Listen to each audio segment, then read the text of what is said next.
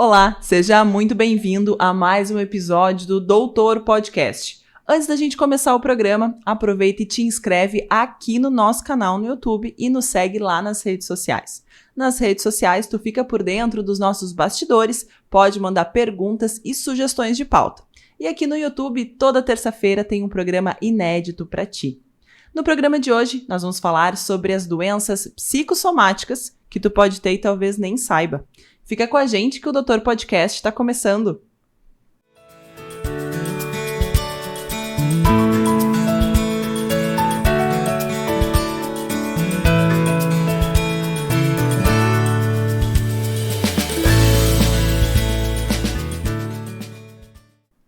E com a gente aqui no estúdio, a gente tem, como sempre, o Colégio Sinodal, Educando para a Liderança, e a Clínica Visuale de Saúde Integrada. Além deles, tu já sabe, né?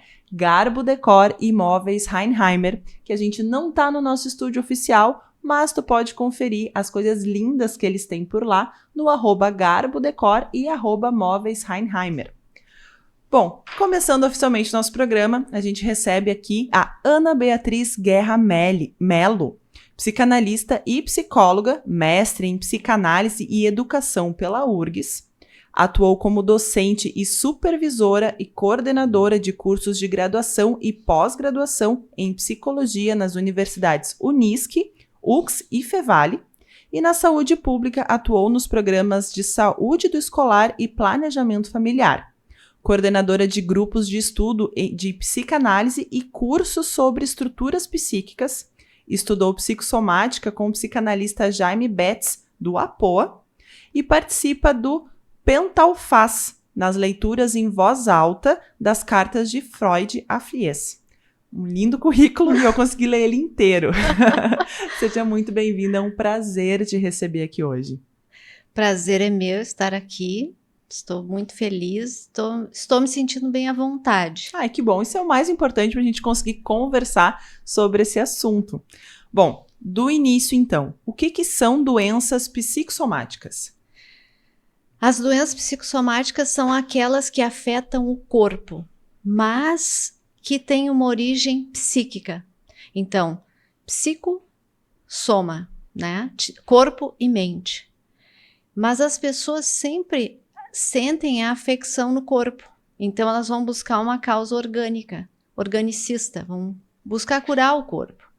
E isso dá uma trajetória grande, muitas vezes de peregrinação pelos médicos, por infindáveis tratamentos, até que, não se encontrando a causa, começa a se criar uma hipótese de que a causa da doença seja, então, psíquica. Muito mais psíquica do que orgânica. E algumas vezes a doença já fez uma lesão orgânica também. Bom, isso é aquele que o popular chama de isso é psicológico. Isso. É aquele bem do nosso dito popular. Isso é real, então? Cientificamente é real. Uhum. E quais são os tipos principais de doenças psicossomáticas que a gente tem? As alergias, aquela simples taquicardia que algumas pessoas têm, as dores de cabeça, intestino irritável, hoje se fala muito, né? Uhum. Alguns ataques de pânico são psicossomáticos, doenças do coração, que também pode já estar instalada. Então, as afecções, vou dizer assim, afecções psicossomáticas, elas têm a sintomatologia psicossomática e a instalação da doença. É digamos que um caminho. Uhum. Né? Algumas pessoas começam a tratar os sintomas psicossomáticos, não chegam a desenvolver uma doença orgânica mesmo, que chega a atingir o órgão. Porque comumente se começa pesquisando e não se acha a causa da doença. Por exemplo, uma dor de cabeça crônica. Muitas vezes não se acha a causa.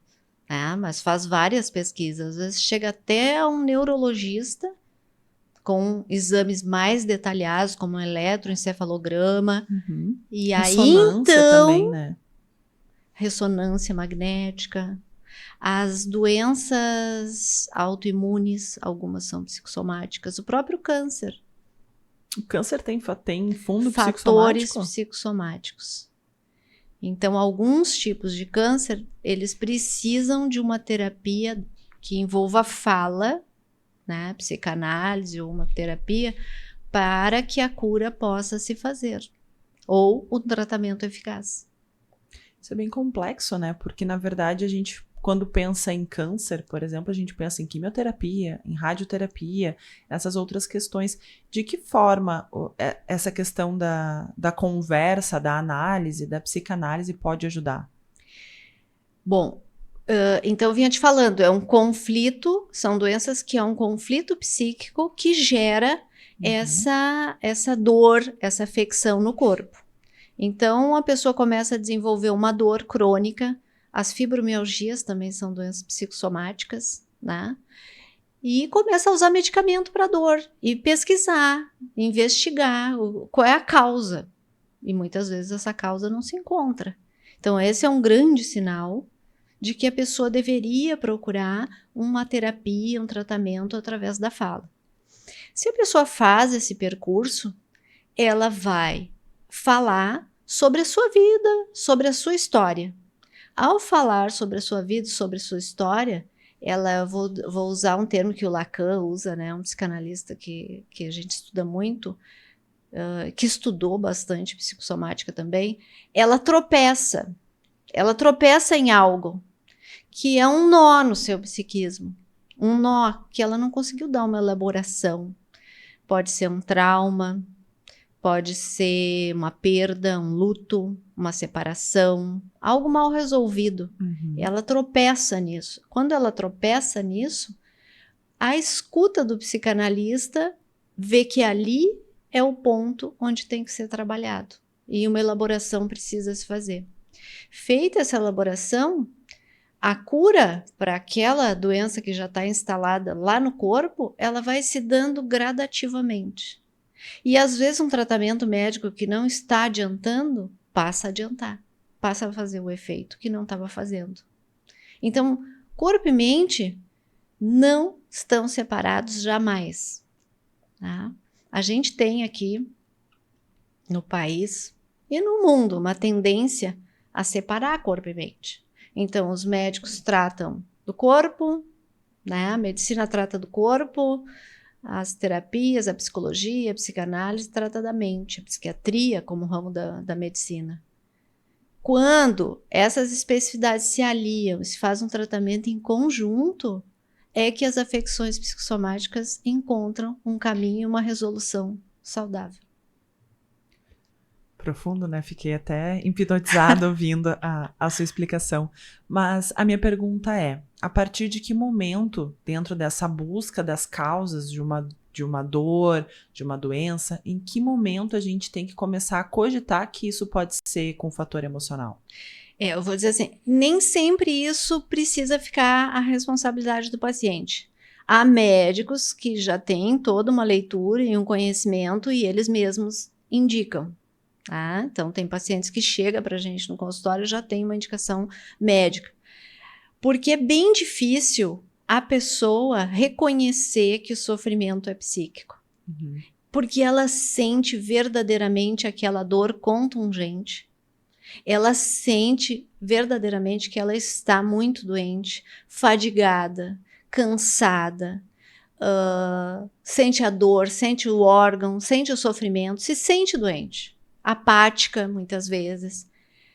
Às vezes a depressão se instala junto, e aí a coisa fica, é um agravante. Então, é difícil a pessoa buscar por ela mesma. E é difícil, muitas vezes, alguém dizer de fora, tu tem que tratar isso aí com psicanálise, com psicólogo. A pessoa não leva muito a sério. Ela não quer crer. Porque justamente o que ela tem que tratar é muitas vezes tão doloroso, tão cruel, que ela já guardou isso, as 7 chaves no seu psiquismo, e ela não quer mexer. Então é um paciente que a gente chama de resistente ao tratamento. Né? Então quando ele chega, a gente não consegue ir diretamente ao ponto.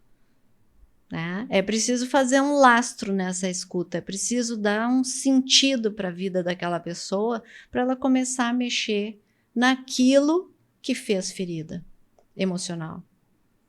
Eu fico pensando também quando tu falas da questão de um terceiro dizer, tu tem que tratar isso com terapia ou com isso como uma análise, quando quem ouve isso parece que o outro está dizendo não, que a doença não é real, que a dor não é real. Eu, ouvindo isso, fico questionando e sentindo, né, até que ponto essa pessoa está querendo ajudar ou está querendo diminuir também a realidade da dor. Uma pessoa com dor de cabeça crônica, ela quer a resolução naquele momento, ela não quer ouvir que ela tem que ir para terapia para tratar a dor. Ótima a tua pergunta, né? Porque é justamente disso que se trata. E esse tratamento, né, através da fala, ele não tem essa resolutividade. E a pessoa quer a resolução. Então, ela vai muito resistente, né? Porque ela sabe que ela não vai resolver da noite para o dia. A gente tem nos quadros de psicossomática muito frequente abuso. Uhum. Abuso na infância, na adolescência, ao longo da vida, situações de abuso. E aí a pessoa, muitas vezes um abuso intrafamiliar, ela se livrou da situação, ela não sofre mais abuso, mas ela sofreu no passado. Hoje ela não quer mais lembrar daquilo. Ela não quer mais se confrontar com aquela situação que fez sofrer. Então ela não quer retornar. Ela não quer o tratamento, na verdade. Ela não quer mexer na ferida. Mas eu vou dizer para vocês, não tem outro caminho. Porque, por exemplo, um herpes.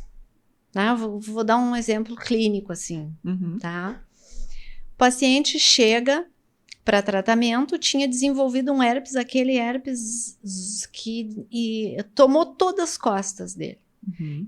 É uma dor horrível. É uma queimação nas costas. Nunca poder deitar de costas durante muito tempo, até curar esse herpes. O paciente chega e não tem a menor noção do que ele vai tratar. O que aparece na história dele? Ele se separou há 3 anos. 3 anos faz que ele se separou. Uma separação bem legal, resolveram tudo, guarda das crianças, separaram bens, tudo resolvidinho. O que tem aí, né?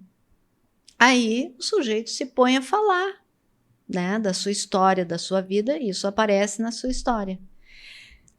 Falando disso, ele começa a se dar conta que ele sofreu uma traição.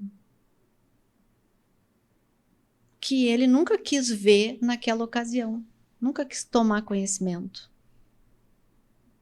Entende? Ele foi para a solução, que era a separação na ocasião. Mas o conflito que ele não viveu lá, ele passa a viver quando aparece aquele herpes. Um herpes pode passar, né?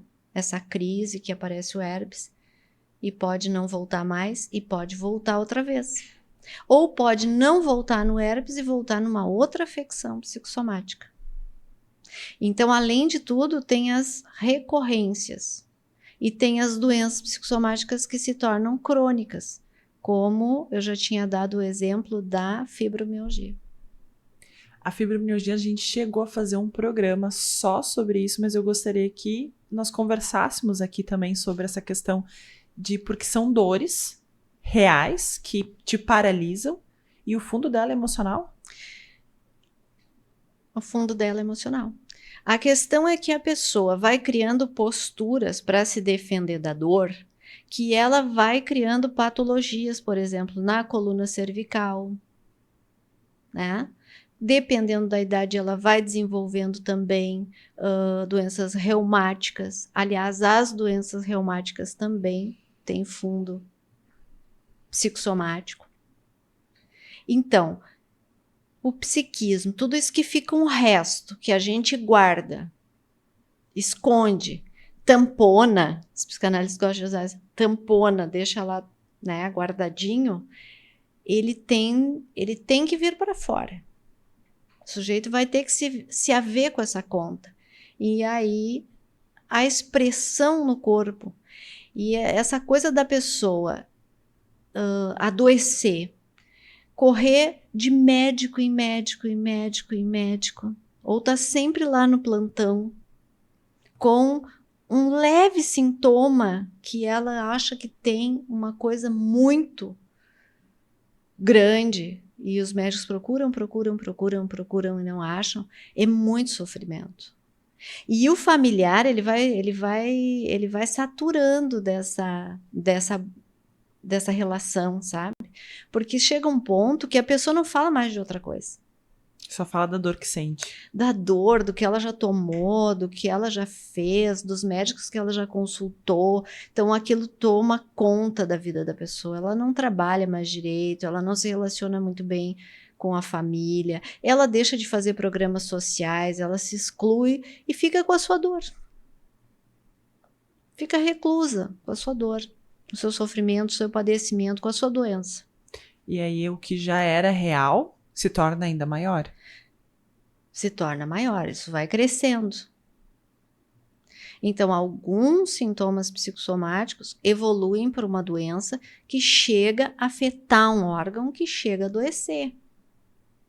Que aí a gente entra na questão do câncer que falamos antes. Isso. Infecção urinária. Né? O trato urinário, ele entra muito nas infecções psicossomáticas. Infecções urinárias de repetição. Aí um belo dia afeta o rim.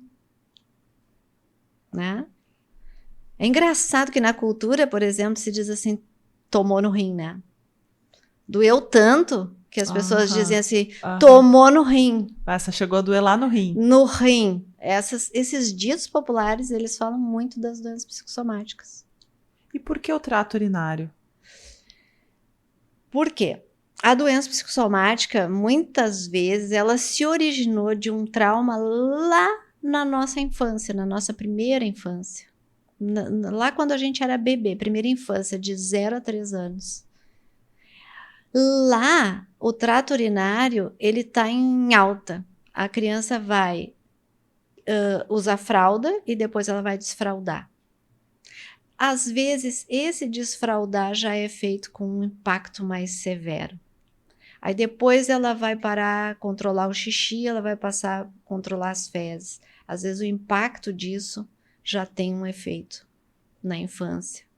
E aí, por isso, se deu lá nesse período, os conflitos estão muito relacionados ao trato urinário. Não sei se eu me fiz entender. Sim, muitas vezes aonde essa doença psicossomática na fase adulta se apresenta, pode ser que o trauma esteja ligado a ela. A ela. E as dores de cabeça? Agora eu vou começar a perguntar todas. E as dores de cabeça? Também, né? Porque a cabeça. Porque é onde está o conflito.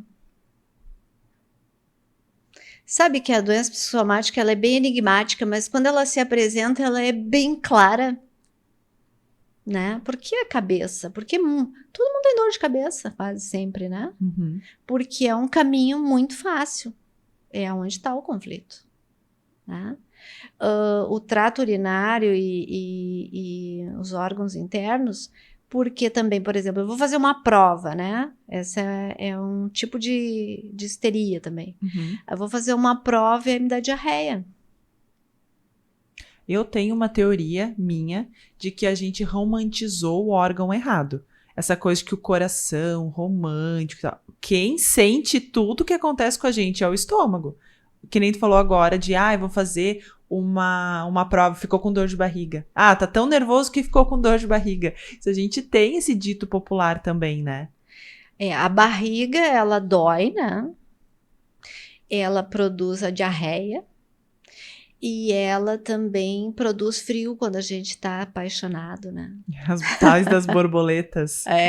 Isso tudo é reação psicossomática. É uma reação psíquica que se externaliza no corpo. Então, às vezes, nem precisa ser uma doença. Pode ser uma reação que o corpo tem. Isso, uma psicopatologia da vida cotidiana, que todo mundo tem. Ai, que bonito. Esse nome é o título de uma obra do Freud, Psicopatologias da Vida Cotidiana. É como o psicanalista lá escutando lá o sujeito falar, começa a ver que ele tem uma relação com adoecer para se livrar de certas coisas. Mas tu quer ver que o coração é um órgão vital mesmo e é bem preocupante, né? Porque tu quis enaltecer a barriga aí. Vamos enaltecer o coração, então. É que a nossa sociedade, o abdômen é tudo, né? Hoje se diz fortalece teu abdômen. Uhum. Fortalecendo teu abdômen, tu vai fortalecer teu coração. Mas o coração é fundamental. Quer ver? Se eu te disser para ti assim, quando tu tem medo, teu coração acelera, tu tem taquicardia. Uhum. Então, o medo, né, é uma reação psíquica que se externaliza no corpo. Algumas pessoas sofrem uma violência séria, severa, elas têm um ataque cardíaco. O coração responde por um estresse demasiado. A própria questão de crises ansiosas também, né? Um dos sintomas da crise ansiosa é o coração disparado. Tu já tá sabendo, né? A gente gravou um programa sobre isso. Isso mesmo. Essa questão das respostas iminentes ao corpo. Eu tô com a minha mão gelada, não sei se é do ar, que tá um pouquinho frio, mas A tá bem produção vai assim, não desligar o precisa ar mudar. agora aí. Não precisa mudar por mim. Eu tô com a mão gelada, por exemplo. Pode ser a minha reação psicossomática. A própria questão do emocional também, a gente tá passando por uma situação que sai um pouco da zona de conforto também, né? A solução é sempre falar. Eu sempre digo para as pessoas, tá com medo? Fala. Eu já cheguei aqui dizendo que eu tinha me sentido bem, que vocês me acolheram. É sempre falar. E falar das suas emoções. Precisa ser com um terapeuta ou a própria questão do vínculo familiar ajuda nesse sentido? Ele é fundamental. Principalmente quando a família, assim, ó, ela já não aguenta mais aquela pessoa, né? Falando da sua doença, do seu adoecimento, já ajudou, já não teve jeito. É fundamental resgatar esse vínculo com a família. Esse vínculo, ele pode se fazendo com tratamento, tá? Ele pode se fazendo por ele mesmo, ou às vezes o profissional indica algumas intervenções, conversa com alguns familiares. As doenças psicossomáticas que assim, afetam crianças, por exemplo, a asma, né? Uhum. A asma é muito comum na infância. Elas necessariamente é fundamental, não tem outro jeito de resolver sem envolver familiares. Porque as doenças psicossomáticas precisam mudar hábito de vida. E uma criança não pode mudar hábito de vida sem o auxílio dos pais. Uhum. Então, uma criança que desenvolve asma, está desenvolvendo a asma, ela não chegou a desenvolver ainda, já foi encaminhada para um tratamento e tem um pai fumante em casa, que nó, que difícil. Porque o pai já fuma porque ele tem questões emocionais que ele se resguarda através do cigarro.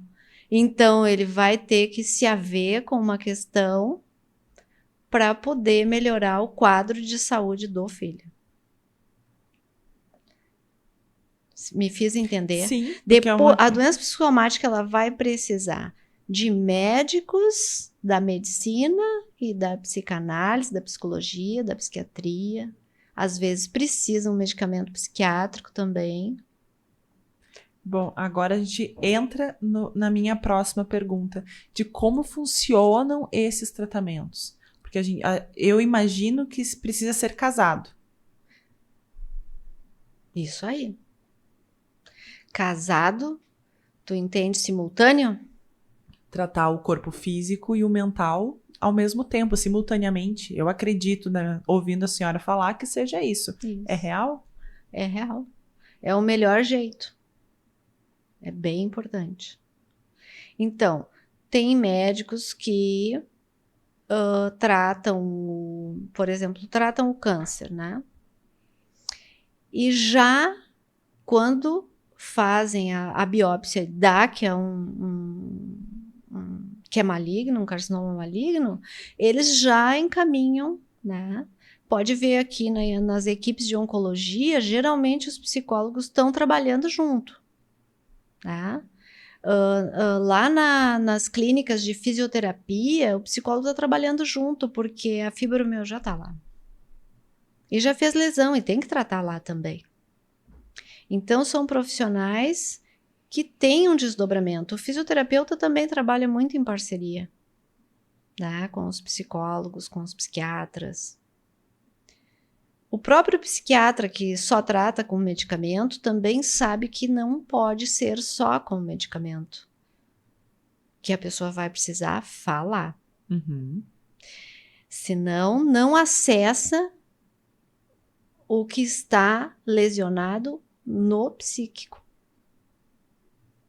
A lesão psíquica não é atingida. E aí o sujeito pode tratar aquele episódio da doença, mas ele pode desenvolver outra doença mais adiante ou aquela retornar. Uhum. E às vezes, quando retorna uma doença, ela pode se tornar crônica. Acaba que se a gente não trata a origem, todo o resto vira apenas paliativo, né? Então, às vezes, tu recebe um paciente que ele fez o tratamento para o câncer, que ele fez uma cirurgia, que ele teve uma recuperação boa e que ele tem tudo para curar. Mas o discurso dele continua amarrado na doença.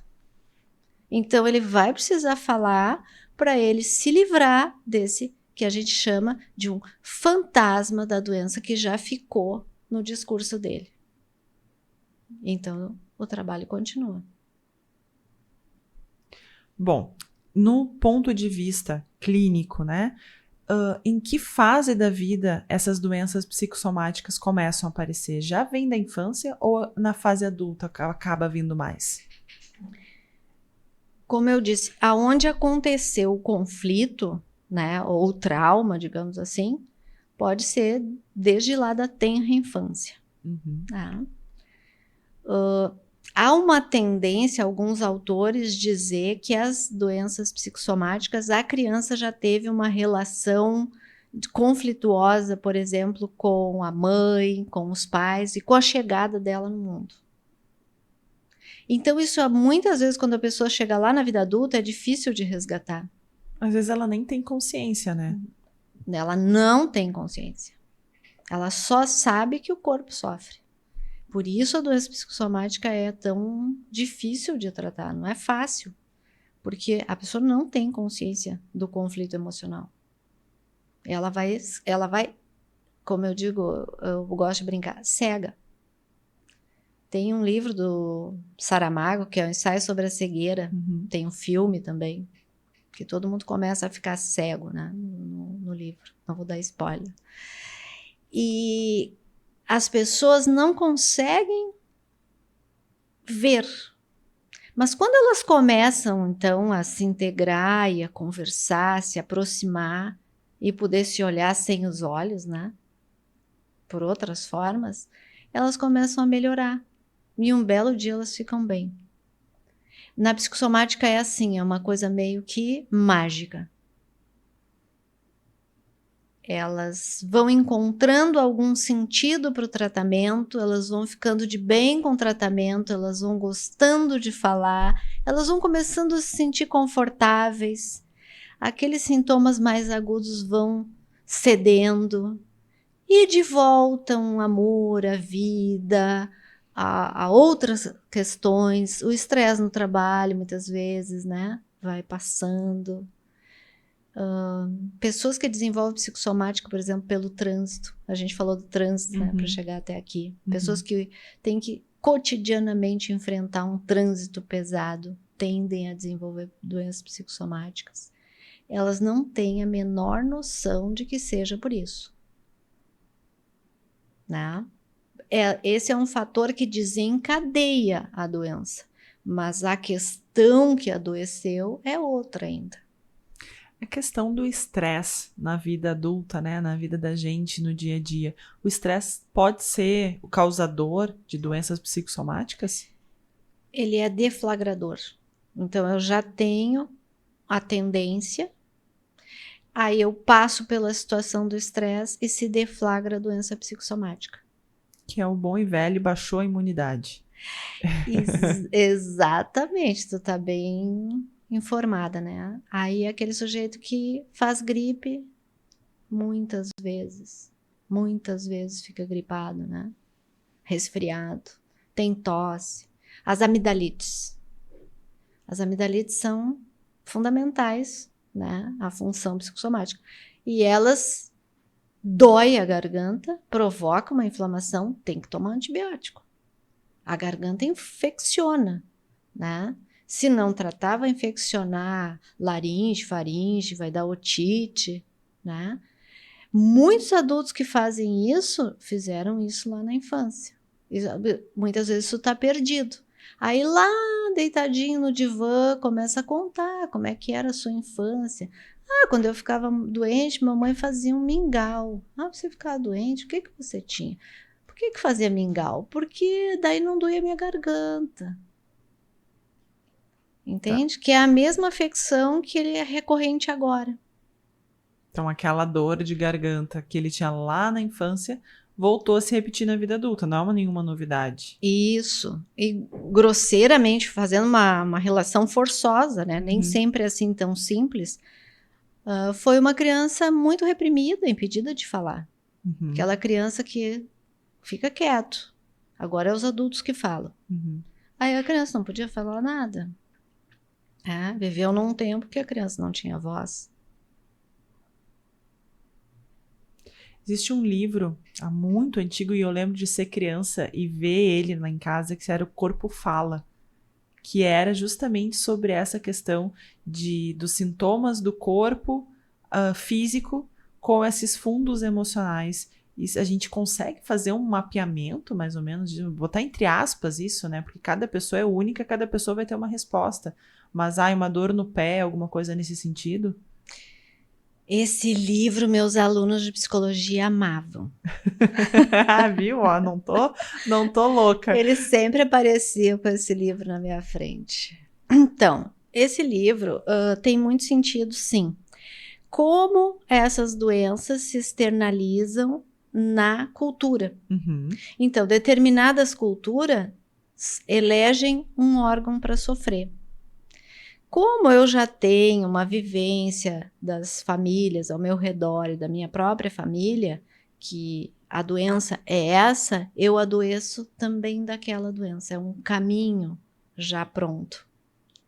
Então, o psiquismo encontra aquela possibilidade, aquela brechinha para adoecer.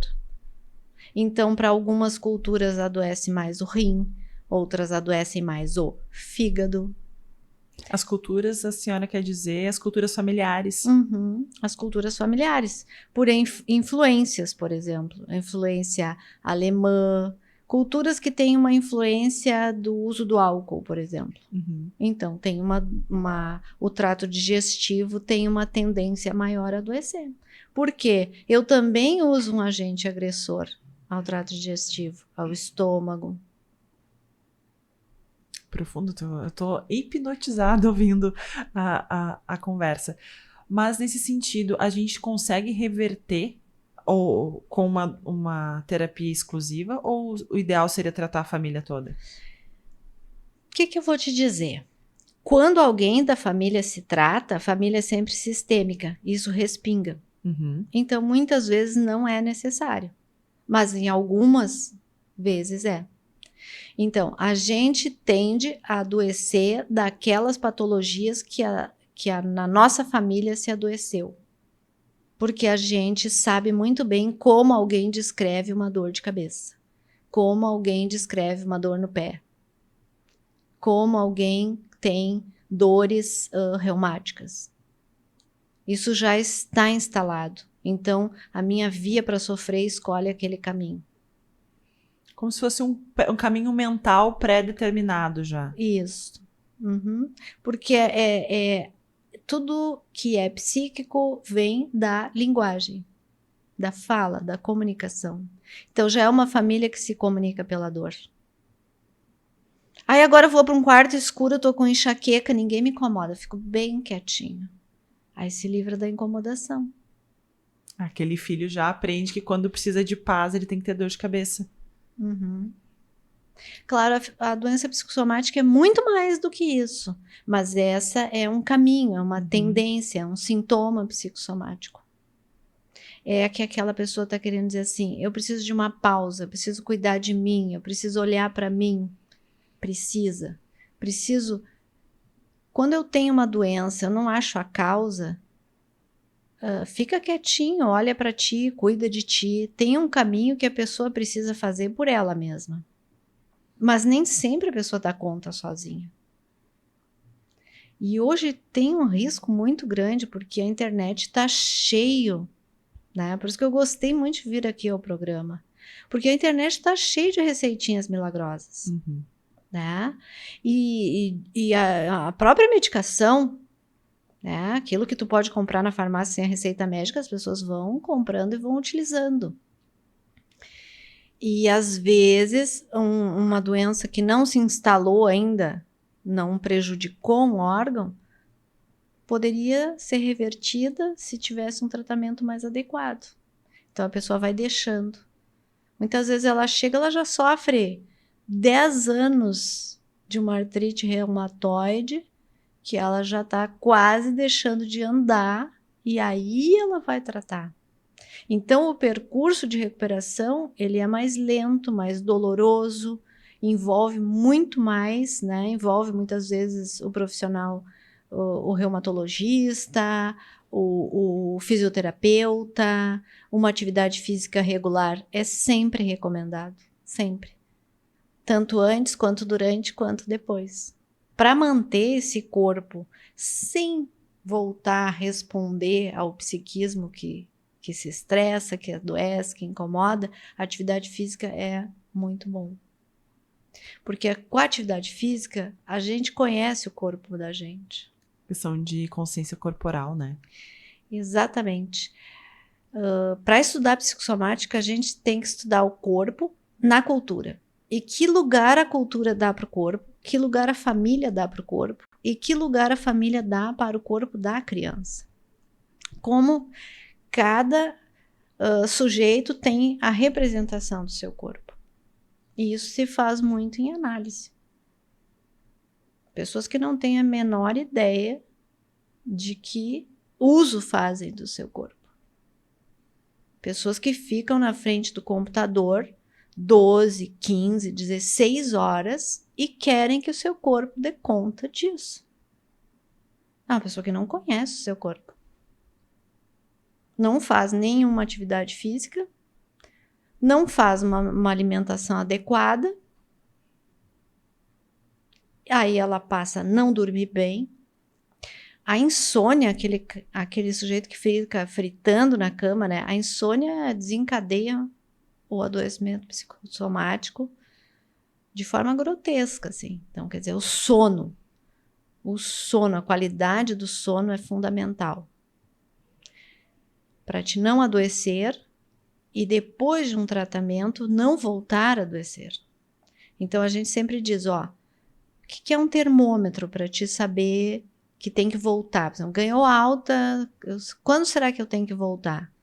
Se teu sono estiver alterado, se a tua alimentação não estiver sendo respeitada. Então tem pessoas que chegam no consultório, eles almoçam 2 vezes na semana. Não tem como. Não tem como, né? É um organismo que sobrevive. Mas tu não tem noção de como isso é frequente. Aí essa pessoa que ela não almoça, ela se alimenta em que momento? Muitas vezes, quando ela chega em casa, ela come tanto que ela passa a noite remexendo na cama para digerir o que ela absorveu, porque ela tem muita fome, né? E os órgãos dela ficaram lá trabalhando sem nada, então ela está exaurida. E aí temos que cuidar todos os excessos. Os excessos são sempre, digamos, um termômetro para os adoecimentos. O que são os excessos? Excesso de horas de trabalho, excesso de alimentação, excesso de má alimentação, excesso de só trabalhar e não fazer nenhuma atividade física, e não ter lazer, e não ter vida social. São excessos. Excesso de sono. Excesso de bebida, excesso de drogas, listas, ilícitas, excesso de sono. São os excessos. Bom, e o familiar que está ouvindo nós conversarmos sobre isso, e aí ele conseguiu identificar o seu marido, o seu filho, a sua mãe, o seu irmão. Qual é a orientação que a gente dá para esse familiar? O que ele deve fazer a partir de agora? Acreditar naquele que sofre. Porque a família vai ficando muito descrente e vai banalizando e não dá mais bola. Vira as costas. Então é acreditar. A pessoa sente aquela dor. Ela sofre aquela dor. E é muito sofrido. E essa irritação na pessoa que escuta, o leigo que escuta, é muito frequente. Às vezes a gente trata pessoas que têm familiar, que têm uma afecção psicossomática, que não conseguem se tratar, são extremamente resistentes e tem um familiar que vai se tratar para poder conviver com aquela pessoa. Faço terapia para lidar com quem deveria estar fazendo terapia. Eu digo que, bom, quem deve estar fazendo terapia é quem sofre e quer resolver seu sofrimento. Esse deve. Eu sou da opinião, a gente até conversou no off aqui, que a terapia é algo que todo mundo deveria fazer. É quase como se fosse uma higiene mental, organizar as ideias, até porque muitas vezes as dores que a gente tem internas, a gente não consegue nem mapear como elas atrapalham o nosso dia a dia. Às vezes elas não são nem palpáveis pra gente, em percepção. É fundamental. Eu vejo assim, tratando pessoas, né, que chegam no consultório com sofrimento terrível, né? Culmina numa separação, culmina na reorganização da vida e se reorganizam, né? Fazem nova família, se reestruturam e vivem satisfatoriamente de novo. Então não há conflito que não se resolva, mas a gente tem que ter coragem. Eu digo assim, ó, tem que ter coragem. Se analisar não é assim, ir lá, rir, brincar, ser feliz. Ser feliz em casa depois de ter feito a tua sessão de análise. O processo terapêutico ele pode ser muito dolorido, né? Bastante. Bastante. Isso impacta. No começo, a gente precisa encorajar a pessoa a voltar, porque às vezes ela não quer passar por isso. Não, mas eu estou sofrendo mais, alguns acham, né? Não, tu não está sofrendo mais, tu está podendo lidar com o teu sofrimento, coisa que tu negava. Então, seja corajoso, venha, vamos mexer nisso. Nisso que muitas vezes a gente não tem uma clareza absoluta. Muitas vezes dois cegos tateando no escuro. Vamos ser sinceros. Não se tem uma clareza, não é objetivo. Vamos tirar aquele abscesso, vamos tirar aquele nódulozinho, vamos tirar assim, 2 e 2 são 4, vamos tirar a pedra da vesícula, vamos arrancar a vesícula. Não, não é objetivo assim. É muito abstrato. É como dizia o Lacan, tropeça. Vai andando, vai falando. Quando tu vê, tu tropeça.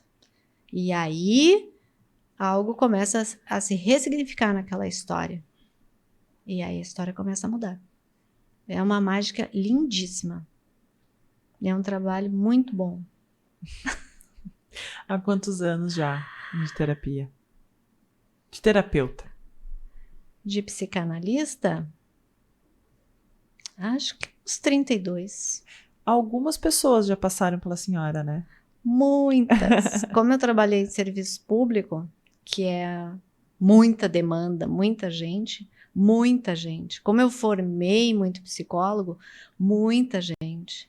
Então eu trabalhei em todas as frentes, ensinando a ser, supervisionando, atendendo pessoas, tanto na saúde pública quanto no consultório. Então muitas pessoas, muitas pessoas. Bom, e dentro de tudo que nós conversamos hoje aqui, ou que daqui a pouco a gente não abrangeu da forma que deveria, o que a senhora acha importante a gente ressaltar? Eu gostaria de ressaltar que o tratamento, ele envolve sigilo. O que isso quer dizer?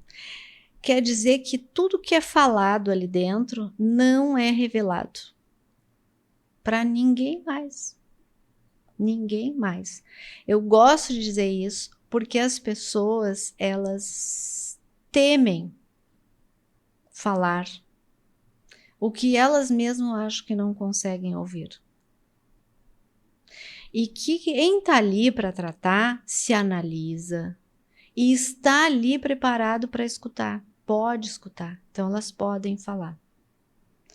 Né? Eu sempre trago o exemplo que me ocorre, né, do abuso, porque é muito difícil de falar. É muito dolorido, é muito sofrido. Né? É um das questões mais difíceis assim, de levar para o consultório. Então, eu uso como exemplo.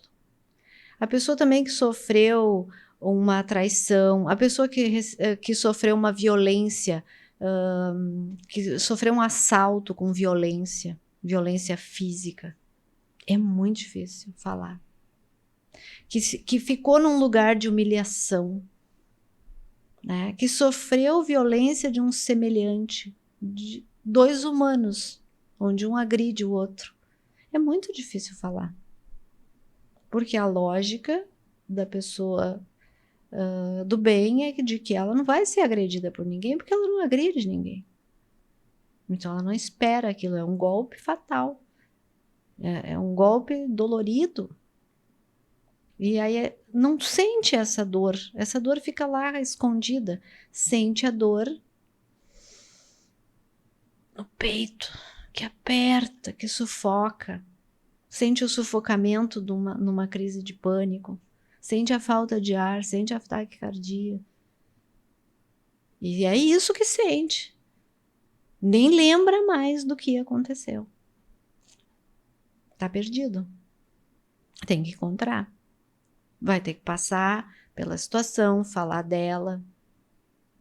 É um caminho, mas é maravilhoso para quem faz isso. As pessoas, é bom de trabalhar com isso, porque elas te dão esse feedback. Que coisa boa que eu vim aqui, que eu tô me livrando disso, que eu quase já não tenho. E às vezes a gente segue falando, nem fala mais da doença, quando vê um belo dia, nem se fala mais disso. Uhum. Já se fala de outras coisas. Uhum. Conseguiu abrir espaço para sentir novas dores. Uhum. E as pessoas já estão falando da construção da vida, da construção da família, já estão num plano de trabalho, de outro fazer, de se mudar daqui para outro lugar. Uma reconstrução. Muda a narrativa do sofrimento, né, do ódio, da raiva, e vai para uma outra narrativa. Então tá. Doutora, foi um prazer conversar contigo. Eu nem vi a hora passar, inclusive fiquei hipnotizada, que é a terceira vez que eu vou falar isso nesse programa, que me passou um sentimento de muita calma te ouvir falar. Espero que tu possa trabalhar com isso por muito tempo ainda, porque acredito em muita gente que precisa sentir esse sentimento de paz que a senhora me trouxe aqui hoje. Espero que para os nossos telespectadores também. Que bom, fico feliz de poder ajudar. E já disse para você assim, ó, esse programa é muito bom, porque eu assisti vários antes de sentar aqui. Ai, que bom. Justamente porque ele está trazendo pessoas sérias, conectadas com a região, né, que estão fazendo a saúde na região, comprometidas com um trabalho sério. Então, nota 10 para vocês. Muito obrigada. Seguimos. Seguimos. Muito obrigada pela tua audiência. E na semana que vem, o Doutor Podcast está de volta.